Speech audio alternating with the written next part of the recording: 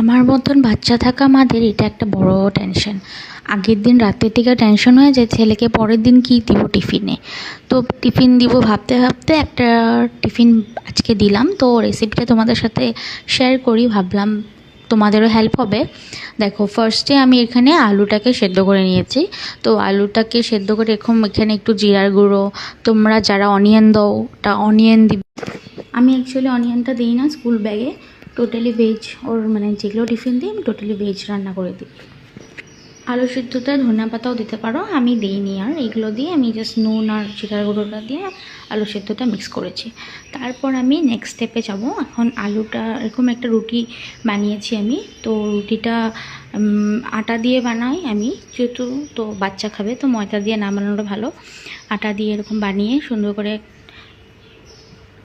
আলু সিদ্ধটা ওটার মধ্যে এরকম মিক্স করে নিয়েছি, পুরো সুন্দর করে দিয়ে দিয়েছি।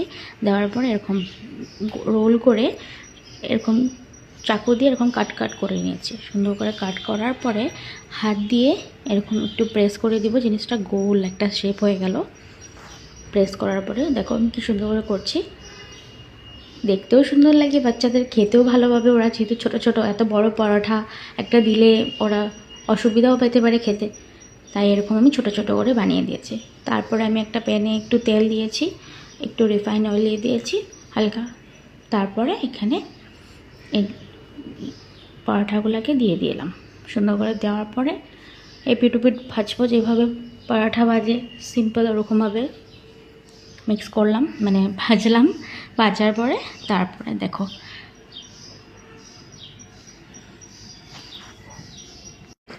গ্যাসের ফ্লেমটা একদম মিডিয়াম রাখবে, বেশি হাই করবে না, যেহেতু ফ্রাই হবে না, নাহলে ভালো করে ভিতরটা ভাজাও হবে না। তো একদম মানে মিডিয়াম রাখবে ফ্লেমটা। সুন্দর করে আস্তে আস্তে করে ভাজবো আমি। এখন দেখো ভাজছি কীভাবে,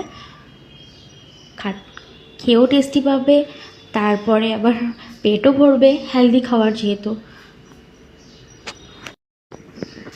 তারপরে এখানে দেখো আমি একটু ওকে ফ্রুটস আর ড্রাই ফ্রুটস দিয়েছি, যেহেতু স্কুলে লেখা আছে, মানে স্কুলে বলা আছে যে এভরিডে ওদেরকে যে কোনো টিফিনের সাথে ড্রাই ফ্রুটস আর ফ্রুটসটা দিতে হবে। তো আমার ছেলে সেরকম ফ্রুটস খায় না, তো অ্যাপেল আর কোনো সময় বানানা এইসবই দিই, বা ম্যাঙ্গো সিজন এখন ম্যাঙ্গো দিই, আর কিকুম্বার দিই।